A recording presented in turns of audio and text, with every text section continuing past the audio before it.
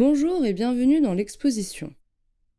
Ce parcours vous entraîne à la découverte des artistes africains-américains depuis la fin de la guerre civile et l'abolition de l'esclavage aux États-Unis.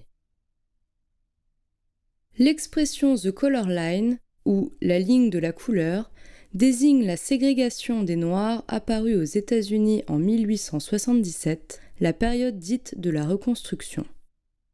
Il faudra près d'un siècle et de longues et dures luttes pour que les lois ségrégationnistes soient abolies en 1964, avec la signature du Civil Rights Act qui interdit toute forme de discrimination. Cette exposition présente la création artistique de cette période sous toutes ses formes: peinture, gravure, photographie, musique, littérature. Elle rend hommage à des artistes qui sont longtemps restés marginaux. L'histoire de l'art américaine commence à mesurer leur importance depuis seulement une trentaine d'années. Le parcours de l'exposition est chronologique, tout en intégrant plusieurs sections ou sous-sections thématiques sur des grandes figures ou mouvements liés à la ségrégation. La première section présente la période juste après la guerre de Sécession, qui s'achève en 1865.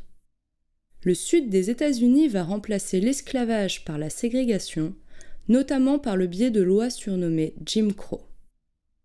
Cette appellation fait référence à la chanson satirique Jim Crow, écrite en 1828 par l'un des premiers chanteurs qui se produisit en public, le visage et les mains noircies. À cette époque, quelques artistes consacrent des œuvres à leur nouvelle liberté.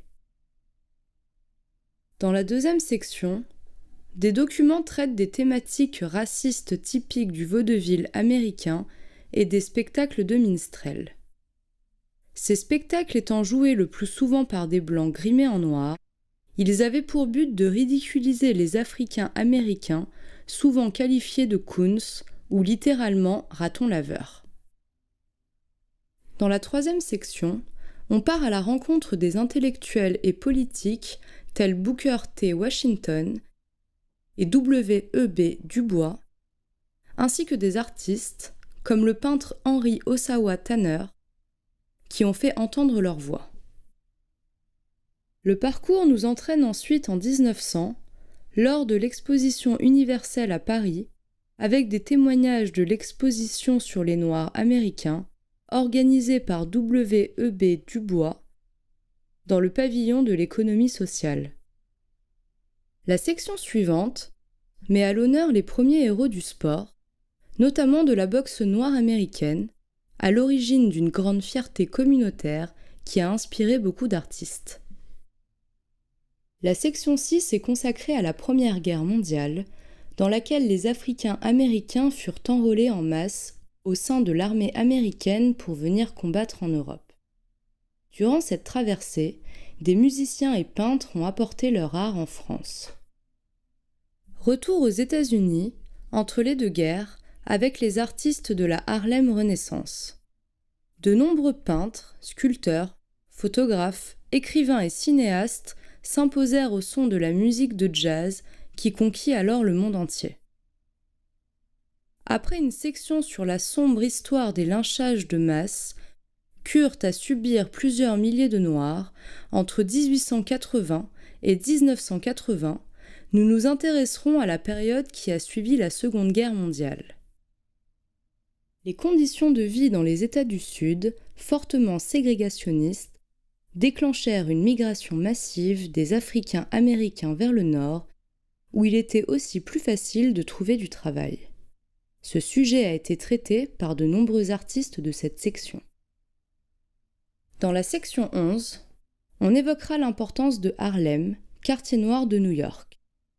Nombreux sont les artistes noirs, tels le poète Langston Hughes ou les peintres Norman Lewis et Romer Bearden, qui ont toujours eu Harlem à l'esprit. La section 12 est marquée par les luttes de plus en plus intenses pour la conquête des droits civiques.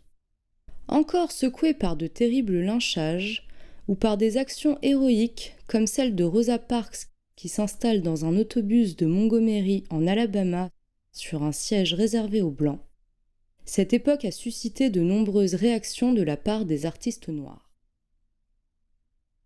La section 13 est consacrée aux groupes activistes noirs.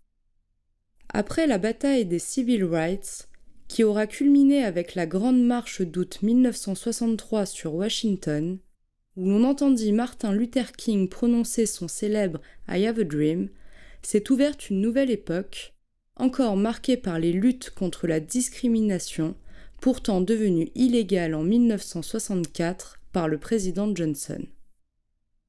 Là encore, des artistes noirs ont fait entendre leur voix à travers des œuvres militantes. La dernière section est celle des artistes contemporains. Au cours des années 70, les formes extrêmes du militantisme s'estompèrent ou se diluèrent, même si la réalité sociale et politique qui les avait suscités ne s'était guère améliorée. Les Noirs des États-Unis sont devenus les Africains américains. Les artistes contemporains noirs ont aujourd'hui un espace toujours plus considérable dans l'histoire de l'art de leur pays, si ce n'est sur la scène internationale. Ce qui n'est que justice, tant sont nombreux et variés les talents qui ne cessent d'éclore dans la communauté noire américaine.